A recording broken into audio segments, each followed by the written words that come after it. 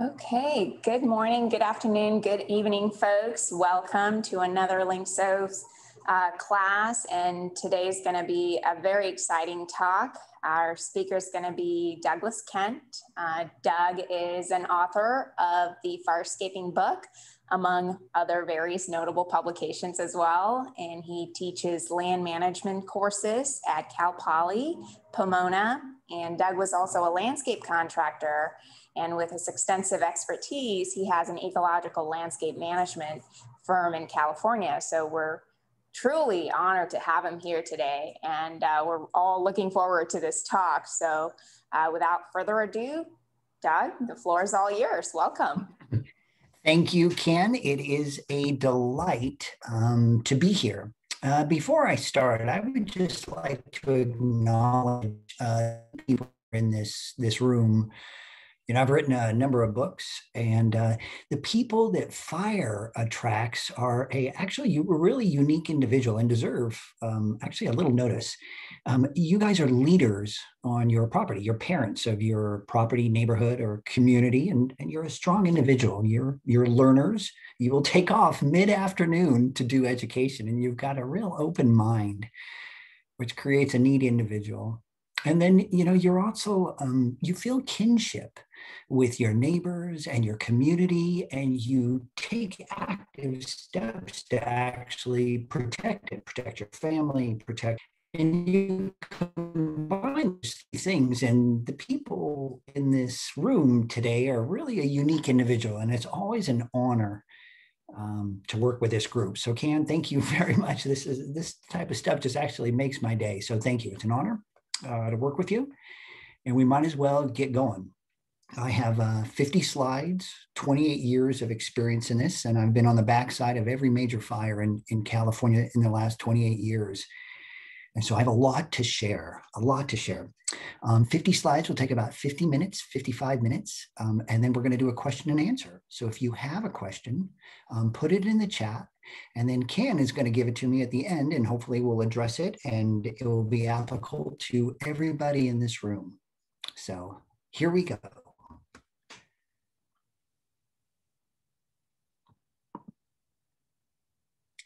I only have 2 slides on the problem, and it's really well known in California. The fire situation is going to get worse in California. We have a warming planet. We grow by at least about 190,000 people a year, and we're moving those people into fire country. And so when we have a warming planet, more ignitable landscape, a higher likelihood of fire weather, those hot, dry, windy days, we are going to get more major conflagrations. And that's just the state of our state right now. And so we really need to create these fire-protected communities. And now fire, I'm just going to back up here for a second. Fire has been in California for tens of thousands of years. And really 3 different groups of people have managed it differently. And all 3 have lessons for us in the 21st century. The indigenous population, 13,000 years ago, learned how to employ fire. They actively used it. They would use fire to make traveling easier, to encourage herbivores and a preferred type of food like the chia seed in the Sonoran Desert. There was no one to put fire out. Fire would have been a constant companion with them during the summer and the fall months. They would have lived with that smell of fire probably about half the year. They were definitely fire people. And then in the 1700s, we had the Franciscans show up in their missions, and they traveled the state, and they had a completely different approach to land management. They didn't employ fire, they avoided fire. You can see this in their architecture. Small adobe siding, small windows, small eaves, non-flammable materials. Not one California mission was ever lost to a wildfire, and they were just really successful at avoiding it. Then we had the next group, and these were the entrepreneurs and the colonizers, and whether they came from Spain or Mexico, Europe, California, and saw everything on the land as a commodity. There was a risk to that commodity, whether it was logging or grazing. And this is when fire suppression actively started in the 18th. And this is when we started beating back fire. And this mindset persists today. California spends upwards of $2 billion a year in battling a phenomenon that is completely natural. And it hasn't had too much success. We are now peaking, of the fires since 2007. And this was the last major revision of the California Building Code, and the fire code in California was in 2007. Since that time, 2007, the Witch and the Cedar fires in San Diego County, we've experienced 13 of the state's 20 worst, the top 10, 3 of the top 5, and the top 2 have all happened since 2007. So maybe we need to change our approach on how we design these communities and maintain them. This presentation leans a little bit on the Franciscan model, where it just lets the world burn around you. Can you create a property that will save your house, save your family, and help protect your neighbors? You can. And this is the bare essentials right here. Briefly, I'm going to be talking about emergency access. I'll be talking about the importance of structures, look at small properties and the dynamics that they have, talk about defensible space and the vital role it plays. What role do plants play in your home protection? And then just a rousing 3-slide conclusion. Okay, so let's get going. The very first place to start is emergency access, to allow that fleeing and that fighting. This is essential. More lives are lost on roads than any other place in fire country. So whether that was the tunnel fire, the Carr fire, or the Paradise fire, those lives were lost on congested roads. And this picture signals it. This road was built in the 1950s, and it was originally built as a 2-lane road, but because of the densification of California and more occupants per structure, those occupants have cars, they park on the street. What used to be a 2-lane road is now a 1-lane road. A fire engine roaring up this road would stop right where I took this picture and go no further. Everything above that is risk. Narrow, overhanging branches with flammable vegetation, little clearance on either side, and poor forward visibility. This is just some other examples of Bay Area roads that are really considered dicey. They're single, they're small, they're narrow, they have overhanging branches, a lot of fine and ignitable material, and there may be poor clearance on either side. Firefighters and their equipment won't go any further down those roads or left to themselves because the firefighters can't guarantee their success. Doug, so sorry to interrupt you, but maybe we ought to just switch your video off for the bandwidth. Yeah, okay, right, yeah. My neighborhood, yeah. Thank you. Good idea. Thank you. Okay, if that doesn't, you're welcome. If that doesn't work, just holler. And then when it comes to roads as well, overhanging branches create a paradox. Overhanging branches are essential in rural and wooded communities. They add to the charm and the mystique, and they actually improve public health. They cool the roads, they slow drivers, and they add to the ambiance. So 365 days of the year, these branches are fantastic. But during fire weather, they pose a significant hazard. If you live along a road with overhanging branches, just make sure you're moving that material. Make sure all that dead, dying, and diseased vegetation is out those branches, so a firebrand can't readily ignite those trees. You want to make sure those branches are at least 15 feet above the road so a fire engine can just scream down that without fear of getting held up. Driveways. Driveways are a bulletin board to emergency responders. What happens during a fire is that a captain may send one engine down one street and tell them to pick a house, or tell them to pick a house and do the best job of defending that property and as many neighbors as possible. And so they just slowly drive down the street looking for that perfect property to defend. Your driveway is what tells them that you have these proper characteristics. These characteristics are the address is visible from the street at the entrance of your driveway. The driveway is at least 8 feet wide with 3 feet of clearance on either side of it. Importantly, you can also see the structure, whether it's a house or a business, from the entrance to the driveway. So the firefighters actually know what they're rushing into. The picture to the top right has all the winning characteristics: the width, the clearance, the sight lines. The firefighters can see the structure. It's also got 2 places for a fire engine to park, turn around, lay out its equipment, and ample room to actively fight that fire.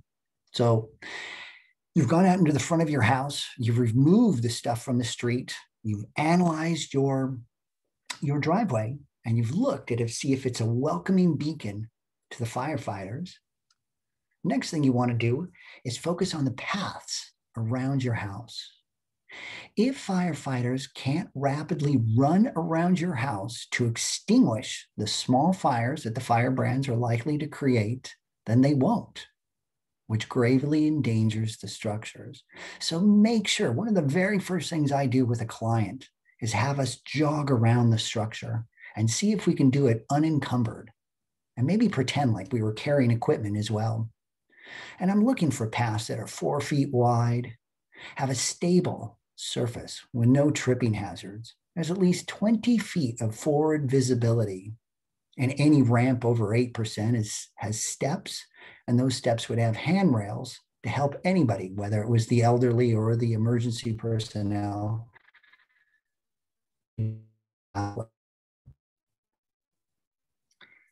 So when it comes to emergency act, all do, whether you're a renter or homeowner or business owner, whether you're rich or poor, we can all play an active role in creating better emergency access. So to remove that dead, dying, and diseased vegetation from 10 feet on either side, get rid of that kindling, make your address visible. Create off-street parking as possible. Because of the densification of California, we have more cars lining the roads than ever, and we need more off-street parking to allow that fleeing and that fighting. Manage those overhanging branches, really get rid of that fine material and that fine fuels. And then maintain a safe system of paths. Allow those firefighters to rapidly move around your property. This picture on this slide, this small community built in the late 1970s has survived 2 wildfires on that hill right behind it. In large part, their survival is owed to that road. 2-lane road, off-street parking, great visibility, good maintenance. The overhanging branches have been managed to slow the drivers to create that rural experience, but there's not enough overhanging branches to imperil the community. That is a successful road. Okay, we have done emergency access. You can flee and the fighters can fight. Next most important thing to do is work on your structure. I cannot stress this enough. And a great example is the Woolsey fire in 2018. 1,634 structures and 3 lives were destroyed in that fire. And these pictures sum it up. Over 60% of the homes lost in that fire were destroyed by direct flame contact. And these pictures illustrate that. There is no fire in this valley. The fire's over the ridge. These firebrands are being driven by Santa Ana winds, 30 miles an hour. And these firebrands are igniting the most ignitable thing in this little valley. And it just turns out these 2 houses were the most ignitable thing. Manage your structure first, and you have a high rate of survival. And this is just a great example. This is the bonfire in the Santa Ana foothills. And fires and flames licking at the structure within 10 feet, and this house survived. And you can see it in the architecture: double pane windows, non-flammable siding, small eaves. All the trim around the windows and the doors and the weatherization has been cared for. There was no penetration point for those firebrands. There was nothing for those firebrands to stick to. This is what good architecture looks like. Some of the attributes, I'm just going to go really quickly of great attributes for your structure in your home. One, make sure the address is visible right along the street. Two, check all your openings, especially if you're a maritime environment. That salt air will eat through that small metal screens. California does have 3 certified manufacturers that make fire-safe screens. So they allow good airflow, but they definitely prevent any kind of getting in the spaces or attic. You only want a type A roof, which is the only one legally sellable in California now. And you want to make sure that the overhangs, so the eaves of your house, are well protected with good paint, and there's nothing for a firebrand to stick to. All your windows are double paned and small if possible. The siding is non-flammable. That doesn't mean it has to be stucco. It can be wood. I've seen wood structures survive. And the characteristic that they all have in common is they're exceptionally well maintained. All the gaps have been filled. They're painted. There's nothing for a firebrand to stick to. Wood can survive. Also in this illustration, you can see the good paths around the structures and then the big areas in both the front and the back that would allow the firefighters to lay out their equipment and actively get to work. These are just some of the key characteristics. I would like to point out that not one California mission has ever been lost to a wildfire. And again, you can see this in their architecture: small windows, adobe siding, well-protected eaves, non-flammable roof. And the landscape around their structure would have been all used, right? It would have been gardening, plants, animal husbandry, tanning, all kinds. So the high use would have led to low flammability, and the structures themselves were incredible. Were able to endure firebrand attacks. Remember, there was nobody to put fire out in those days. Now, small properties, I just really need to talk about this really briefly, because this is where our state's devastation comes in now. The top left picture is the Tunnel Fire, 1991, 2,500 structures, 25 lives lost in just 10 hours. The bottom left is Paradise, the Camp Fire in Paradise. You can see that forest is intact. It just went from structure to structure to structure. The bottom right is the Tubbs Fire. And then the top right is the Old Fire, 103 structures lost in San Bernardino in 2003. And look at that. The landscape is intact. This was a structure fire. And the problem with small lots is reduced temperatures, 1,600 degrees, and that radiant heat will ignite anything within 20 feet of it. And so it's a domino effect. When one house goes, they just all fall. So if you live in a small lot community, your fire protected structure, your fire hardened structure actually could save your neighbors. So if you live on a small lot, here's some quick things you can do. And I'm just going to prioritize. The first thing you can do is create multiple ways off your property. Small lots disgorge an enormous amount of people in immediate evacuation orders, and people can get trapped on those roads, and sometimes you cannot flee via your car. And this could be due to an earthquake as well. Create multiple ways. Just put a gate in between your neighbor's house so you can leave from the front, the back, or the side. This is really important. Number 2 would be create a non-flammable fence in between your neighbors. So a cinder block wall would be perfect, because that could help absorb some of that radiant heat and maybe reduce the impact if your neighbor was burning. 3, try to share vegetation. You both don't need a huge tree. So see if you can work with your neighbor to share as much vegetation as possible. Number 4 is create off-street parking if possible, even if you have to give up a little bit of your property.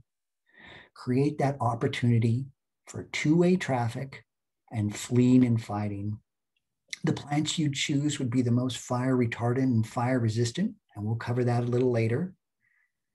And then pools. Actually, if you have a pool cover, pools are a wonderful asset in any type of emergency that would turn off the power or reduce water pressure or stop the water altogether. They can be a great asset. And with a pool cover, they don't actually evaporate all that much. So those are just some things to think about if you're on a small lot property. So here you go. Here's some things that we can all do, whether you're rich or poor. Renter, which is important because California is second only to New York in the amount of renters we have in our state. Or you're a homeowner or a business owner. Ensure all openings are screened. If you live in a maritime environment, get up on your roof every 5 years and poke at those screens to make sure that they are intact. Clean your roof and gutters. I cannot stress gutters enough. If a fire starts in your roof gutter, it can spread up the rafters, across the beams, and down the post. It is a terrible place to put fine fuels. So clean your gutters. Make sure they're clean for fire season. Manage your gaps and fill your seams. This is really important. Do not provide an opportunity for those firebrands to stick to your structure. So that picture to the right, if that was my structure, I would get a power washer. I'd knock that paint off, let it dry, quickly sand it, silicone or putty those gaps in between that lap board, and then give it a great coat of paint. And that may be enough to prevent those firebrands from sticking to that wood structure. And then again, you may get sick of this, but make your address visible. This is important any time of the year, not just during fires. Okay, defensible space. This is where we get into the gardeners and really the group of this, the heart of this group. I just want to call out that really California's modern air with fire, this huge destruction, really started in 1961. And this was the Bel Air fire. 464 homes were destroyed. And at that time, it was miraculous. It caught everybody off guard. And the reason this caught both federal and state attention, international attention actually, because it was the rich people. It was the people with means that had moved out of the city. And this was all brought on by the great car culture of the 1950s. For the first time, everybody had freedom in California. We didn't have to live next to our work and our schools and our grocery stores. You could drive to all those things. And so people fled the cities in mass and went into the hills because they could. They could now afford to drive there. And this is what really ushered in the modern fire situation in California, was really instigated by the great car culture of the 1950s when we fled the cities. Anyway, out of that time, out of the Bel Air fire came the zone theory. Federal and state funding had poured into the LA Arboretum. And by the 1970s, they were producing all kinds of information on how to create fire protected properties. And the zone theory came out of that. And it just revolves around 3 concentric zones. Zone 1 is defensible space. Zone 2 is the fuel break. And zone 3 is the transition zone, where you're bleeding out into the wild landscapes. This is a picture of CAL FIRE's poster child. You can see they obviously survived the fire, and you can see zone 1, that green, lush zone that would absolutely survive an assault of firebrands and intense heat without igniting. Zone 2 here, that fuel break, they went for scorched earth. Now the fuel break has to do more than endure. They have to actually stop the fire. And these homeowners went for the scorched earth type of land management here, and they just took it down to mineralization. Not always that smart on a sloping property. And then further out, they just reduced the amount of fuels. So zone 3 reduces the severity of the fire, zone 2 stops the fire, and zone 1, defensible space, endures the effects of the fire. The only problem is like, this is the Brad Pitt of fire country right here. Who lives like this on the top of a ridge with that much water? This is not the Californian that is losing their house right now. And so what I'm going to do today is really just focus on that first 30 feet. And the reason being is, if you have a fire hardened structure and just 30 feet of defensible space, you have a better than a 90% chance of survival. This into fire structures and 30 feet of defensible space, and you will see structure loss plummet.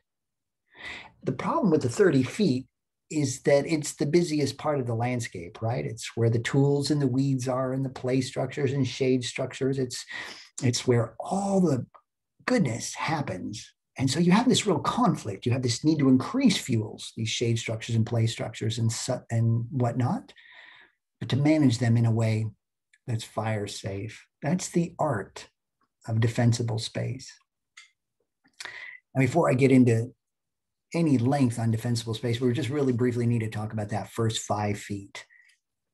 First 5 feet next to the structure plays a disproportional role in its likelihood of survival. And the reason being is the fire vertical surface, you get what's known as compression and convection.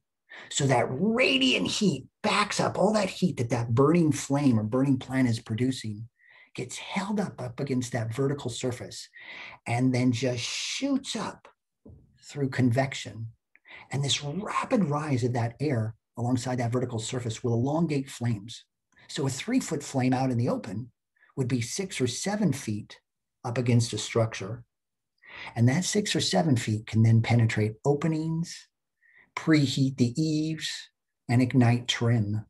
It is essential nothing starts or ignites within that first 5 feet. So avoid any kind of storage.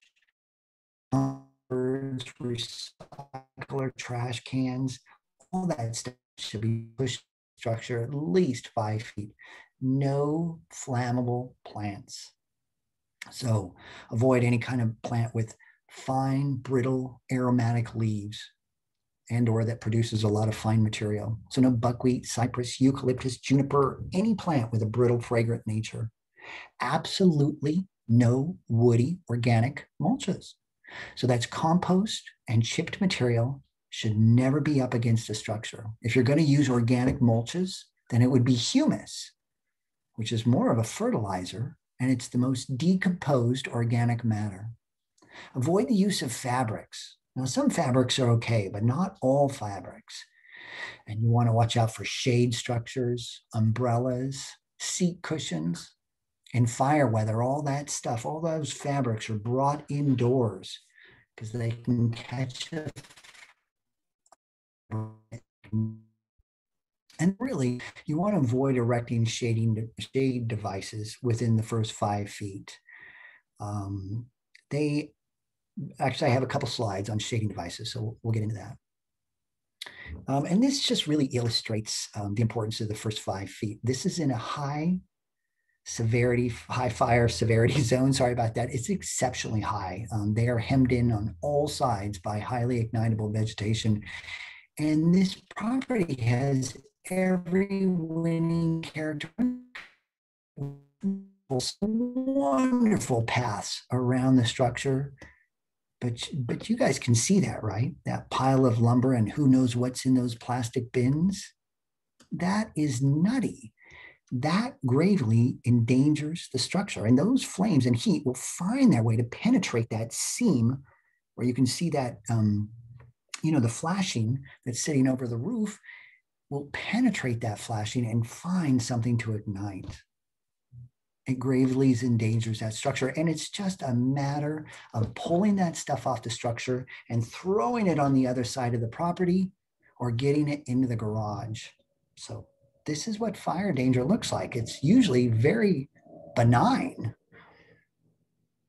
Now, shade structures are really dicey. And the reason being is that they're typically made of soft woods.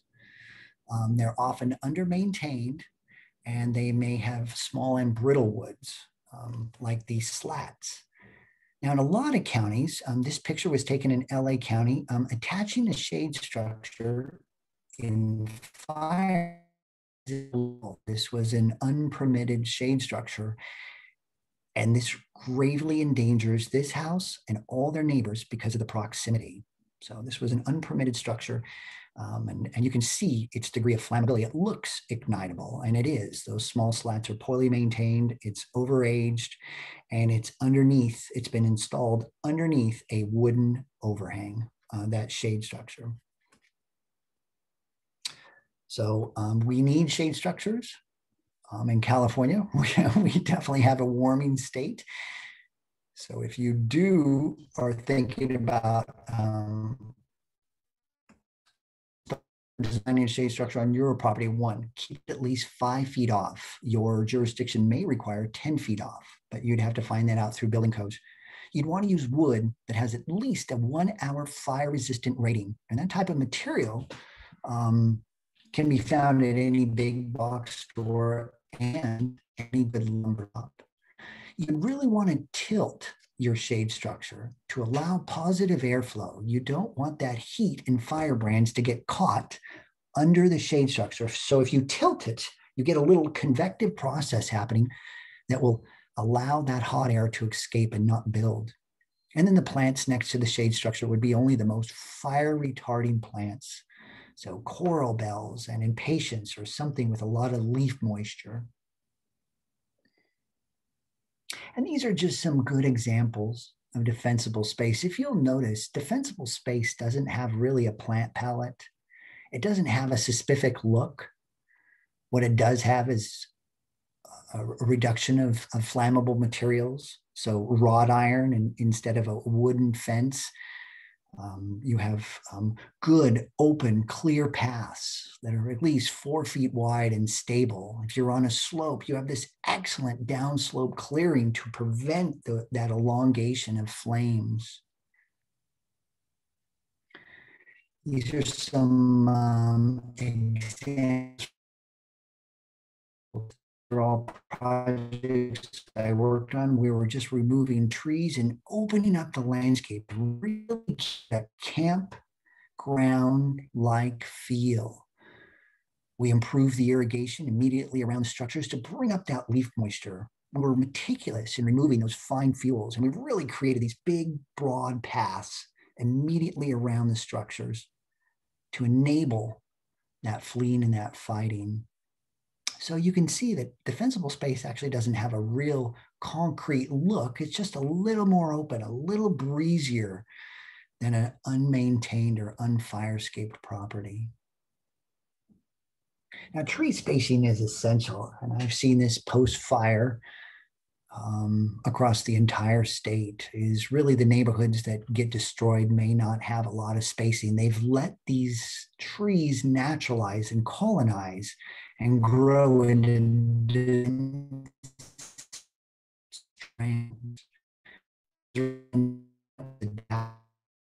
the tunnel fire of 1991. And it's just a standard that all arborists and HOAs use. And so really you just want a 10-foot clearance in between moderate slopes, 20 feet, medium slopes, and then on big slopes, you really want a good clearance of 30 feet because of the length of those flames that grow on slopes.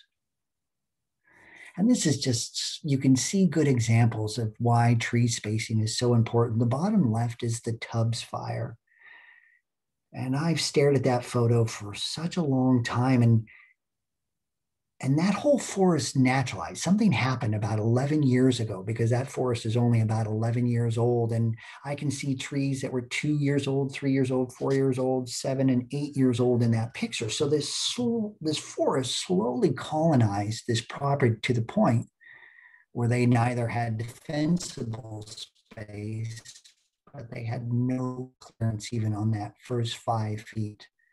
So we really need to be vigilant and diligent in managing that colonization, that naturalization of the trees that we get in urban areas, whether it's anything, could be a pine, tree of heaven, an oak, all these naturalize and will create this really dense environment. And you can see the problems with dense environments on the picture to the right is that they allowed this vegetation to grow so thick and so dense that it was consuming too much water and something had to give. The last drought, and 5% of the landscape had died back because it had overgrown to the availability of water. And so now some of these dense landscapes are experiencing dieback. This is in front of an HOA. So this is an HOA responsibility here. So all of us need to practice this tree spacing as much for water conservation as for fire protection. Fences. Oh, yeah. So fences are little freeways for fire. It's crazy. People in California just really don't like neighbors. And we do anything to block them. I've worked in nurseries all through the 80s and early. More than often not, people were coming in to buy plants to block their neighbors. And so we really got to be careful when we manage these privacy screens. As you can see it in this picture, it just greatly endangers these historic buildings on either side. And so if you're doing fences, the very first recommendation would be to use non-flammable materials. So luckily, not luckily, but the price of lumber is really increasing right now. And a lot of landscape contractors are looking at alternative materials like metals, which are longer lasting and do a fantastic job in fire country. But if you're determined to use wood on your fence, then get creative. Try not to use it during the whole length of it.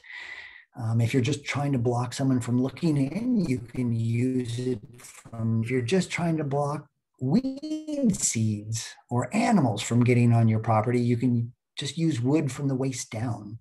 Just get creative in the materials as pictured in that property down below.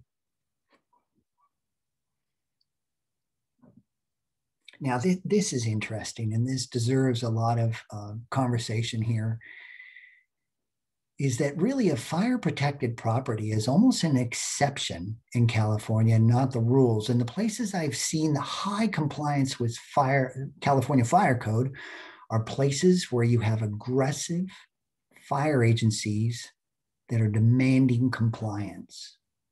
Without that aggression, compliance with state fire code in defensible space ranges from 8 to 30%. It's more of an exception than a rule that people are managing. And this is a perfect example. This is the community I lived in Mill Valley. And this was after the tunnel fire. Everybody in this valley knew the risk, but really only 5% had any degree of fire protection. And I could never understand it. No matter where I traveled or who I interviewed, everybody understood their risk of fire and the perils of wildfires, but very few were actually taking action to mitigate that risk. And so I started interviewing all these experts, psychiatrists, trauma people. Why does the risk persist despite knowing we have risk? So four reasons that all of us need to confront in fire country to reduce the risk community-wide. So one of the big barriers is it's emotionally expensive. People that move out to fire country, into the rural landscapes, into the wildlands, actually love nature. And it takes emotional resolve to cut back a massive toyons sheltering a massive wrens. It's actually gut-wrenching if you've ever done it. And it's really a tragedy of managing ecological processes, but you really have to be emotionally strong to undo habitat. It's also financially expensive. Clearing land, just weed whacking 1 acre can cost upwards of $3,000, given the slope of the property.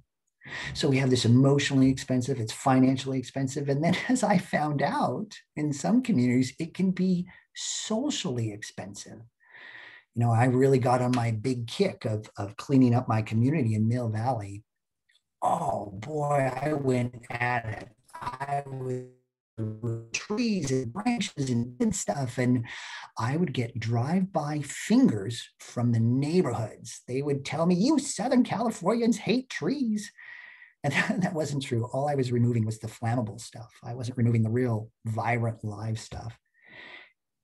And so sometimes just conforming to your community can increase the amount of fuels. And then lastly, and probably most humans process risk. So immediately after fire, safety is on our front burners, and we show up to the community events. We take action in our property, and but we can't hold on to that risk forever, because we manage a large host of emergencies, right? Getting to our school on time, making sure we get that promotion, making sure that we're seen in our social circles. All these things we perceive as emergencies, and over time, these ever persistent emergencies get sidelined. They get sent to the back burner. And we can see this. If you've ever talked on your cell phone while driving, you know that's the most dangerous thing you can do. But if you get a call from your boss, that emergency will supersede the perceived risk of driving distracted. We can see this in our diets and the increases of diabetes. That diabetes is an ever-present risk, but surviving the day and getting through that hectic schedule is sometimes more important. And so greatly increase the risk, and it just evolves around. So these are the barriers, whether you're a landscape contractor, landscape designer, or a community activist, the barriers that we have to hurdle to create a community that is more fire resistant and more resilient. So we need to address the concerns with emotionally expensive and teach people that they're not destroying the environment, they're regenerating and renewing the environment. We need to create opportunities and avenues to reduce the expense of chipping and weed whacking and hauling that green waste, that massive amount of green waste. And socially expensive, I think this is where public education comes in, is talking about the social benefits and the health benefits and the ecological benefits of creating fire protected properties. And it's more than just fire protection. We're actually protecting habitats when we stop fires from coming into urban areas. And then somehow we need to keep through programs like you're seeing today. They're putting fire on the front burner. So it's really proud to be here today. And just defensible space, I'd like to bring up this wonderful woman, Miss Bayliss from Inverness. This was the first fire I covered as a reporter for the Marin Independent Journal. She survived when 3 out of 4 homes had been destroyed in her community. And you can see it in her defensible space why she survived. Look at that structure, tight, no gaps, nothing for the firebrands to stick to. She used non-flammable materials in her landscape. Those paths are 4 feet wide, stable footings. And her mulch, she only left 1/2 inch of mulch in her garden there. So it wasn't this big bed of liability. It was just enough to slow moisture loss and to nourish the soil. She also said she spent dearly on going through and dying and diseased vegetation. And then she kept a real campground-like feel. She wanted her grandkids to experience a campground. I might add, this is a Bishop pine forest, which is a fire-dependent tree. And she survived. You can't see these elements that we've been talking about. So whether you're rich or poor, property owner, business owner, there's things that we can do. First, remove all those flammable items. The first 5 feet, it plays a disproportional role because of compression and convection. Remove those fine fuels. I hope you get sick of me saying this. This is paramount. Remove the dead, dying, and diseased vegetation. This is the kindling.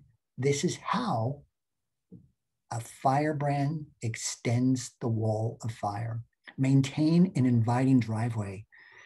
create that driveway that's that bulletin board to the firefighters that say you will be safe and cared for on your property. Do not let your plants dry out. 41 jurisdictions in California are under mandatory restrictions. If you feel compelled that you just have to turn off your water, I understand, but you may want to remove the plants that are dependent on that water. Now, some experts have said that part of the reason that the Tubbs fire had moved so deep into Santa Rosa is because all the mediums, parkways, and front yards, all that irrigation had been turned off due to the drought from 2016 and 17. So by the time those firebrands and heat had hit that city, there was nothing but kindling on it. So it behooves us. We just cannot turn off our irrigation and turn our back. We have a responsibility to the care of those plants. So at least water, deeply water once a week to raise that leaf moisture levels, or remove that plant and remove that liability. Okay, plants. A lot of you probably showed up for this section, and I hope I don't disappoint. So according to WUCLS, which is the Water Use Efficiency Guide in California, there's 2,800 available plants to California gardeners. There's no way anybody could put all 2,800 of those into lists, good, bad, okay. So instead, it's really important to know the characteristics of a less flammable plant instead of just remembering plant list. So here's the characteristics of a less flammable plant. And this really came out of the LA Arboretum in the 1970s by a guy named Kenneth Montgomery. He built a big burn chamber and started throwing plants in there and and measured them on 3 measures. How fast would they ignite? How much heat would they produce when ignited? And how long could they sustain a flame? And this is what he found out, that broadleaf plants are less flammable than conifers. That's a no-brainer. Moist and easily bent leaves are less flammable than brittle leaves. So like Dodendea, the hopseed, has a small, brittle, thin leaf. It would be considered highly flammable, whereas the carex or the heuchera, the corabels on the bottom right there, has a easily bendable leaf like agapanthus. Thick leaves are less flammable than thin leaves. This would be a succulent, comparing succulents and maybe a sycamore leaf would be a great example. Low amounts of litter. You'd prefer plants like a crepe myrtle that doesn't produce a lot of leaf litter, unlike the redwood or sometimes the oak. Sap that looks more like water. So if you cut an oak, you would find watery sap, whereas you cut a pine, you'd get that pitch and that resinous, and that's more flammable as a consequence. Plants with silver or gray leaves are less flammable. And what that silver or gray leaf is the plant pulls minerals from the soil and deposits in that leaf to get that gray look. And it really means that the plant is getting more solar radiation than it can handle, and so it's reflecting it back into the atmosphere. And so typically, silver and gray leaves are not only highly drought adapted, but they're fairly fire resistant too because of that high mineral content. And then lastly, plants without hair. So Fremontia, the sycamore, all have hairy leaves, and they are more likely to catch firebrands as a consequence. Mr. Montgomery actually sort of developed 2 plant lists, fire retardant and fire resistant. Now, the fire retardant plants needed a little bit more moisture, and it's always recommended to put those closer to the house. The fire retardant plants would have is that they just wilted. They really didn't produce much of a flame. Whereas the fire resistant plants are drought adapted. They might have produced a flame when exposed to intense heat, but they kind of quickly put it out and they didn't transfer it through their entire canopy. So here's just some really good examples So lily of the Nile, redbud, crepe myrtle, fescue, flax, gazania, grape, liquid amber, philodendron, photinia, and succulents are all considered highly fire retardant. They'll sizzle and wilt if well maintained. So, and then fire resistant, these are tough Mediterraneans. A lot of them are California natives, and they resist the effects of fire. So Artemisia, that silver king, which is that mounding, gorgeous gray plant, the California lilac, the rock rose, which Mr. Montgomery preferred above all else, all your oaks. I have the live oaks, but even highly fire resistant, lemonade berry, all your russuses, which would be your sugar bush, would be great. All your mallows, island mallow, creeping mallow, all your verbenas would be wonderful. Toyon, yes, these are all fire adapted plants.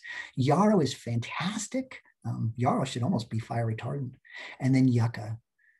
And these are all, and pictured below is a lawn alternative, and that's Santa Barbara daisy, geranium and canum, gazania, and the yellow mimulus.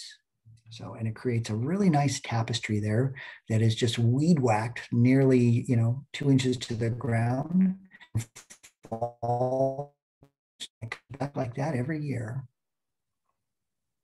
Now, if you're a professional and you're working in fire country, well, I usually work off plant lists. So I get to know my client, and then I work off a plant list. And these are the lists I have found that have been really applicable to fire country. So bird friendly, Clarkia, elderberry, manzanita, the low-lying manzanita, milkweed, redbud, ribes yarrow, and wild rose are fantastic for birds, and they all have fire-resistant qualities. Food has been saving Californians for hundreds of years. It's how the Padres did it. So don't be bashful about planting food. Medicine. Who doesn't love self-care in their garden? We could be planting all kinds of medicine that would be fire resistant.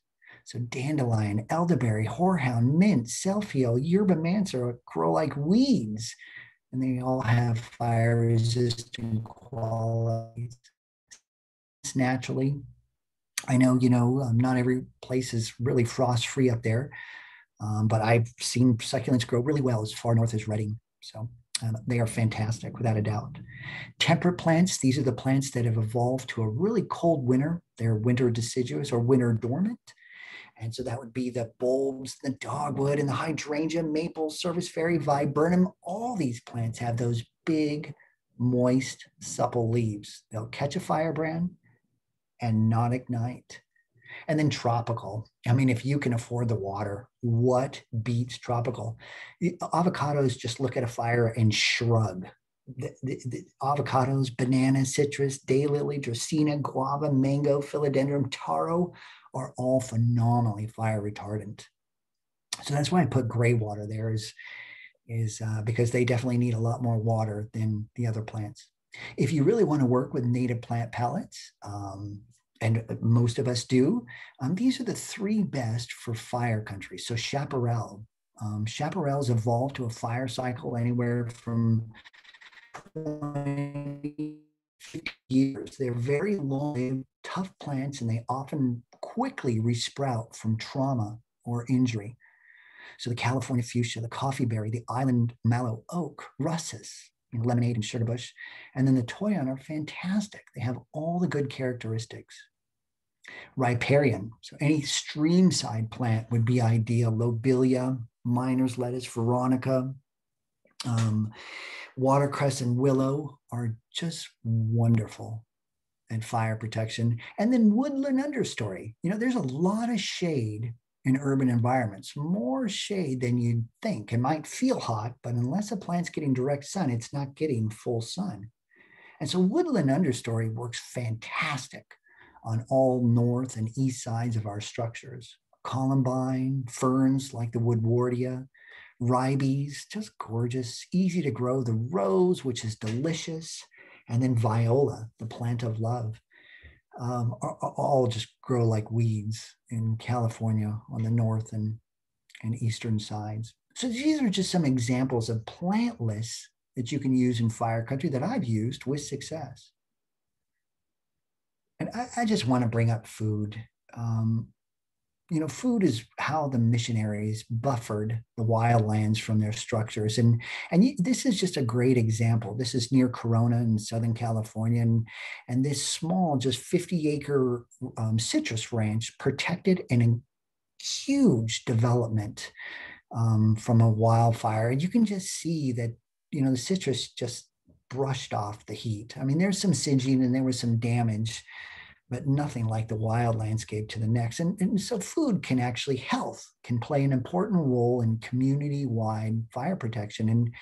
And you can see some types of this success in Sonoma County as well, where sometimes an orchard or a farm will just stop a wildfire and prevent it from going any further. So I think we should really examine maybe more food in urban areas and see how we can weave that in to create that higher level of protection. But with all that, so that was first. Your balloon is plant lists are stupid. They are. Every plant I just recommended, I have seen a pile of ash. Maintenance determines success, not plant selection. Plant selection will work for the first 2 or 3 or 4 years. And then after that, maintenance rules everything. And this picture highlights it. This is in Mill Valley, and that's Santolina and Nandina, heavenly bamboo. And if a firebrand lands on that Santolina, it will absolutely ignite, endanger that 80-year-old structure, and that radiant heat will penetrate those thin windows and ignite that tissue paper-like curtain. That house is greatly imperiled by 2 plants that I just recommended. So watch out for recommending plants. Maintenance is what we need to be recommending. I'm going to give you another example here. When I was up in Paradise, going through the aftermath of the campfire, junipers were everywhere. And where I took this picture to the left, a burnout house is 7 feet behind me. So these junipers survived a fire of 1,000 degrees within 15 feet of it. And the reason it survived, it was well cared, well watered, and it had no fine debris. And so there was nothing for it to ignite. And the player here, the picture to the right, oak and lemonade berry that is just absolutely fried to ash. And so the thing is, it's maintenance. Remove those fine fuels and properly irrigate, and you will see the impacts. And here again, I just want to bring up Miss Bayless. She lived in the middle of a fire-dependent ecosystem. The bishop pine needs fire to open their skull-cracking cones. Without it, the forest can't regenerate. And she survived. You can too, just by doing this simple housekeeping and simple steps. So here's things that anybody can do.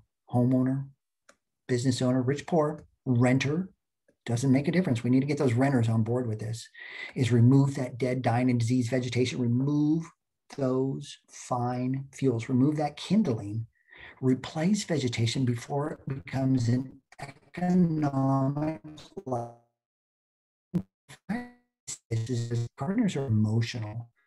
Our son has a birthday and we plant a tree to commemorate it. And then 40 years later, it becomes this fire risk, but we are remiss to remove it because of our emotional attachment. We really need that strong emotional will in fire country to be that agent of renewal and regeneration. We need to do what fire does. We need to be fire. And then again, do not let your plants dry out. It behooves us. If we turn off the irrigation, we have to remove the plants.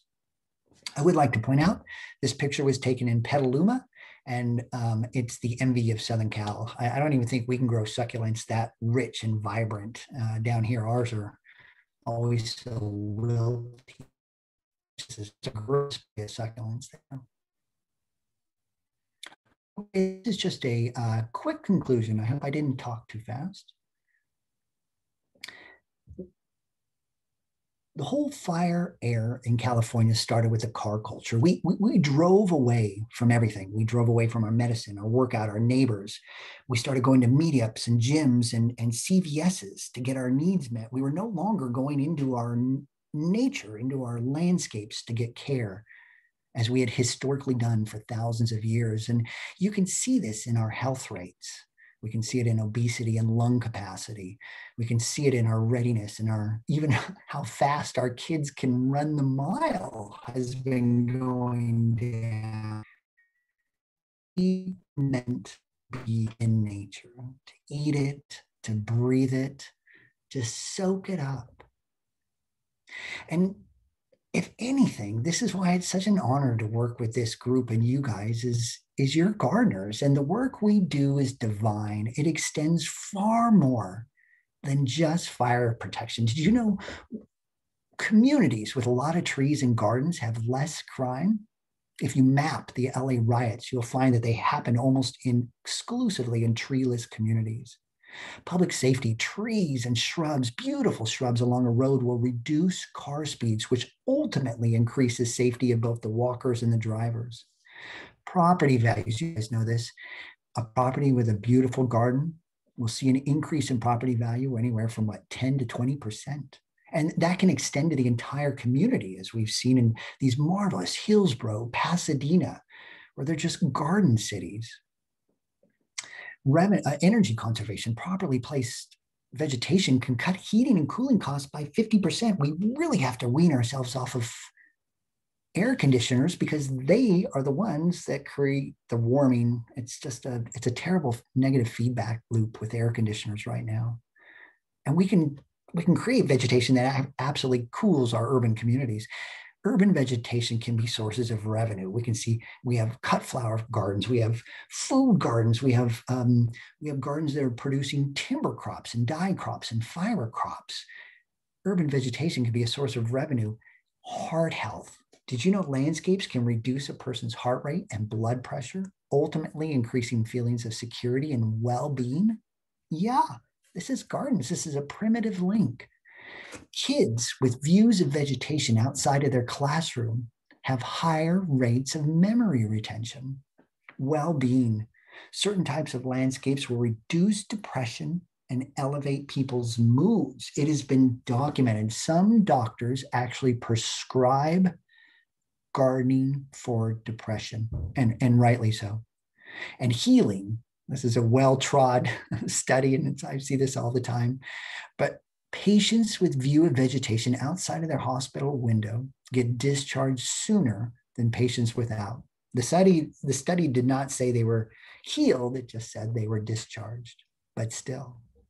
And longevity, beautiful population in non-gardeners. Gardeners live 14 years longer than non-gardeners. 90% of the people living over 100 were gardeners.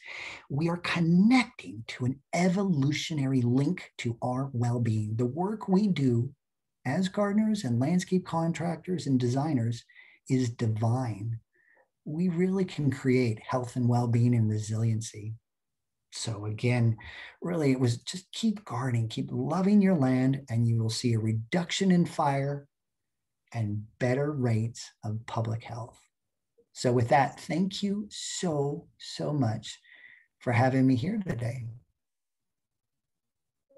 I hope I wasn't long-winded or talked too fast or bored you, but I am definitely open to questions. Real quick. Okay, thank you so much. That was fantastic. I know some of us had some audio issues. Hopefully everyone was able to hear Doug okay majority of the time. But again, this is being recorded, so we'll address some questions and move on. Okay, so going back to the beginning, Doug, I'm going to just sort of read off some of the questions that we have here. When you had mentioned sort of non-flammable structures, you had mentioned a type A roof. What exactly is that? Type A roof is a good question. A type A roof is anything that is fire resistant, that will absolutely not ignite during a firebrand. So that would be your asphalt roofs, your metal roofs, your tile roofs. It's just a large, it can be a lot of different types of roof, but they only have the characteristics of being non-ignitable. And then underneath that, according to new building code, you'll have the roof, and then you'll have a sheet, piece of fabric that goes that's absolutely non-ignitable, and then you'll have the plywood. So you'll actually have two layers of non-ignitable material on modern roofs, and that sheet will be laid down if you ever redo your roof. Yeah. Did that work? How'd I do? Okay, it's just me and you guys now. I should go through the chat. Oh, I realized I didn't unmute myself while I was thinking. Sorry about that. The next question is, there are lawns that are within 30 feet. A lot of the cities mandate lawns. What is the best way to get this changed locally? Maybe a website with arguments to supply to the city, essentially to get rid of lawns, I'm assuming? Yeah, I think that's what I got too, is lawns do have a good record, but so does anything, right? Gravel, Diamondia, Santa Barbara daisy, geranium and canum, creeping jenny, any of those lawn alternatives, carrot pansa, the meadows are fantastic. It's all about maintenance.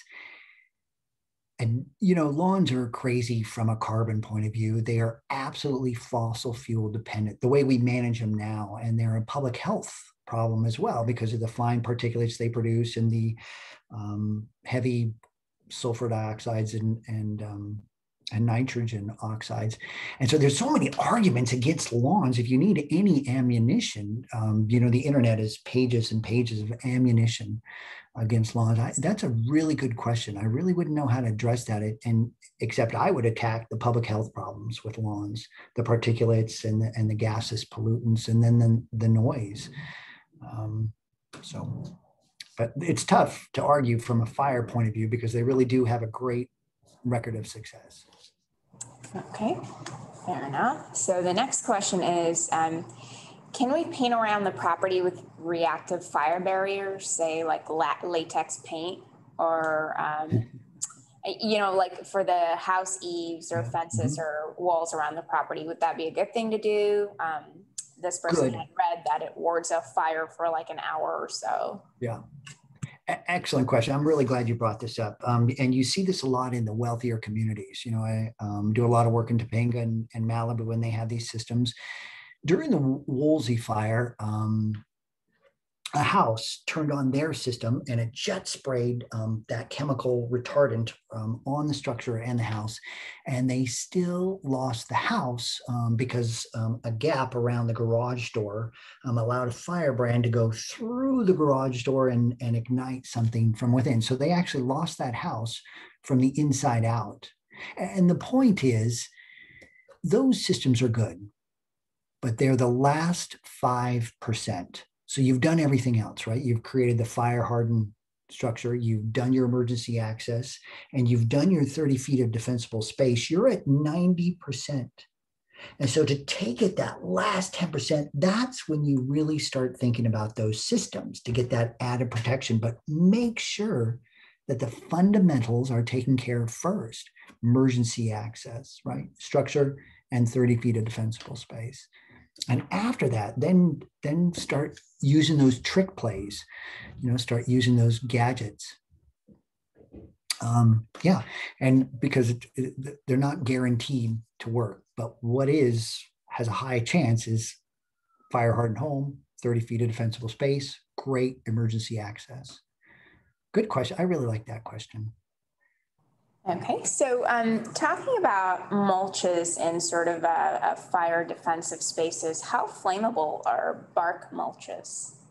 Oh yeah, well they're really flammable. I love telling the story of Grace Slick from Jefferson Airplane. When I was living in Marin County, she lost her home to gorilla hair. So she had completely re-landscaped her yard, and the landscapers had put gorilla hair everywhere. The county workers were below her street. One little spark, poof, that fire just raced up her hill and ultimately consumed her house. So if you're going to use mulches, this is my recommendation. So within the first 5 feet, you want to use humus only. Within the first 30 feet, you want to use compost only, which is sort of decomposed organic material.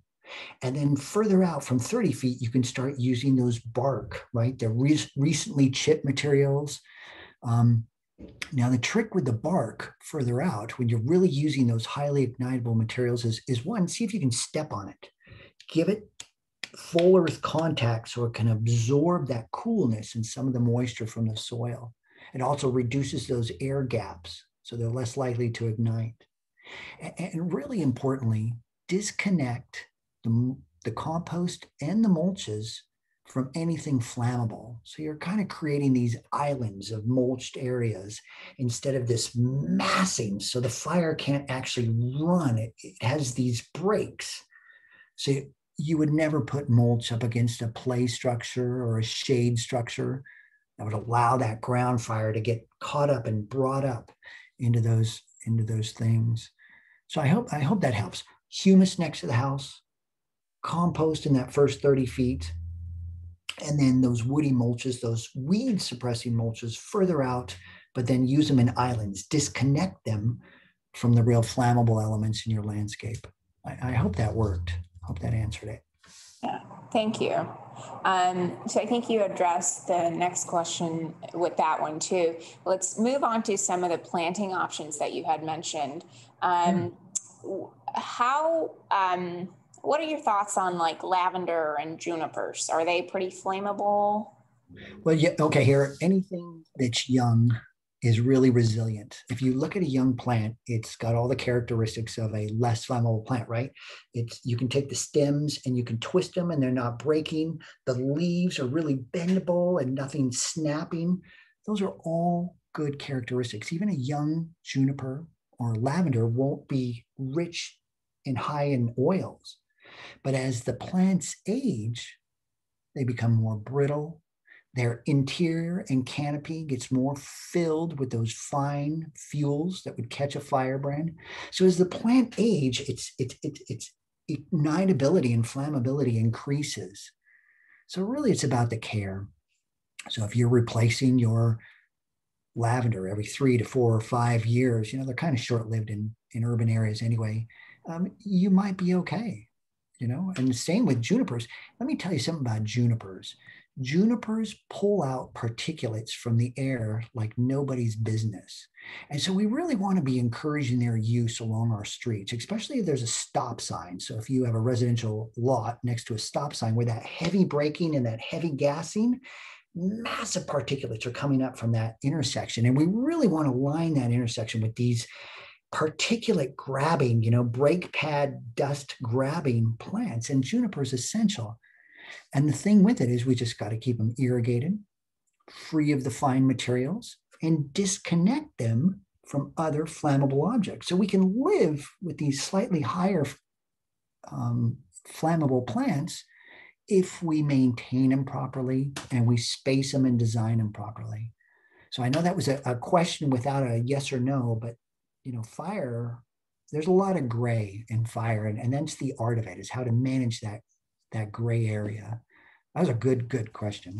Yeah, absolutely. And on to, you had mentioned chaparrals, and this person wants to know, aren't chaparrals meant to burn, and wouldn't it be better to stay away from chaparral plants? Yeah, yes and no. Here again, so chaparrals are, theoretically, there's some debate on this, but they have a natural burn cycle of about 15 to 40 years. They're not a regular burner, not like coastal sage scrub. If you're talking about the sage scrub and the salvias, the black sage and the white sage, they have a higher burn interval. And those would be really considered flammable plants. But the chaparral, because of its longevity and its length, now remember, chaparral are found usually in canyons. they're not always exposed on the south side of the hill. They're on the north side or the east side of our mountains. They're in the canyons and the crevices. And so they've evolved to a little more water, whether that's maritime fog, and they grow larger and they're a little more resilient as a consequence. So I really think a lot of the chaparral for the first 15 to 20 years would be wonderful for an urban gardener. And then after that, you're going to have to come in there and remove it and replant it and do what fire would do in its native community. So good. Yeah, Thank you. Thank you. Yeah, for it's that. all gray. Yeah, it's so much gray in this discipline. Do you have any recommendations for a tall 15-foot screen plants that will be well maintained to shield view from house, uphill, and then there's no room for a large depth, just the height? So almost like a vertical plant recommendation. Right. Well, the first thing that springs to mind are what are the food crops, that can be grown? Like citrus makes a fantastic screen. You can hedge it. It's marvelous. And they are notoriously fire retarding. Camellia is another one that would grow to 15 feet, can take the hedge, big leaf, broad, goes like this. Toyon, lemonade berry would also work in that situation. There's a whole host of it. In my book, I actually have a whole section on just screening plants that would be applicable to that situation. Yeah, that comes up a lot. If that individual wants to email me, I can just send her that little section out of my book on screening plants. Okay, wonderful. Thank you. So here's another question. Actually, I'm going to read you this one. There's a transition slide that you have in your PowerPoint. What fire is that from, that picture that you had? I've given this presentation a million times, and that's the first time I've ever gotten that question. That is a great question. That is the Witch Fire in San Diego, and you're looking at the San Diego Wild Park or Wild Zoo or something like that. That's Escondido. And that destroyed thousands of structures. And the reason I use that picture of all the fires is because that's when state fire code changed. Our governor at that time, Arnold, was over it. He was sick of California burning. We had the Cedar Fire, which destroyed Fallbrook and all of eastern San Diego, and then the Witch Fire in 2005, and he was just done with it, just absolutely done with it, and completely revamped the fire code in California and boosted CAL FIRE's budget. And the reason I use that picture is because really everything's gotten worse since then. So it's like this one picture in my mind that really changed the dynamics of my work in fire country. And it didn't work. It didn't help. Or maybe it did help, but just not to the degree we would have hoped. Good question. Ever revolving issues here. We're a complicated state. Yes, we are. Yes, we are. Okay, so here's another question. Do we need to cut down trees and shrubs that are within about 5 feet of your house? Without seeing it, I would say yes. A tree for sure. So a tree, you really want a tree branches at least about 10 feet off the side and 10 feet above. So you have this open area that allows this airflow and these firebrands to move over your structure. So yeah, you really want to, if you have a tree within that first 5 feet or 10 feet, I would really rethink it. And more so from a structural point of view, trees can exert 30,000 pounds per square inch of their roofs. And so you can have significant foundation damage, infrastructural damage. So there's some other issues with having that vegetation so close to a structure. But there again, it really depends on what type it is, what condition it is, what age it is. So more gray, more gray. All right, fair enough. So here's the question. I don't know so much about what this is, but I'm going to read the question out to you. Okay. Have you seen effects of wildfire survival of tough tech or plastic panels I guess some people have used those as fencing and used for shade as well. Yeah. Um, Yep. I'm fairly sure Tough Tack is vinyl, which is a PVC plastic, and it's incredibly fire resistant. When exposed to intense heat, it just kind of oozes and puddles. So most fencing material is vinyl. Now there are other fences that are manufactured outside of California that have some polycarbonates that are flammable. But I think you should be okay if it's vinyl or PVC. And again, I have a whole cheat sheet on plastics in fire country. If you email me, I'll gladly email you which plastics are flammable. So like those bottles that your workers are storing outside your business, super flammable. The bags they're storing those bottles in, super flammable. And if you email me, I'll just send you that cheat sheet on good and bad plastics. Okay, fantastic. On the same note, what's what's special about the fireproof screen doors? Oh yeah. Is that something? Go ahead. Yeah. No, they cost a little more. That's a good question. this is a good shopper here. So they do two things: is they are slow to corrode. A majority of California's population lives up against the coast, and one of the problems in everywhere from Malibu to Santa Cruz to Mendocino is that salt air. State law requires nothing less than 1/8 inch wire metal mesh over all your openings, so your attic openings and your air openings. And what's the problem with that mesh is it rapidly corrodes and erodes in maritime environments. And so these other screens are far better. They are less likely to erode. They're actually smaller than an 8-inch, but designed with layers to allow great air circulation, because you don't want them so small that you can't get that ventilation up in your attic. And so those are the characteristics. They're layered, and they're less corrodable, and they have smaller holes so those firebrands can't penetrate. Good question. Okay, fantastic. So we're going to end on this last question here. It's Sure. sort of personal. So let me read this out to you.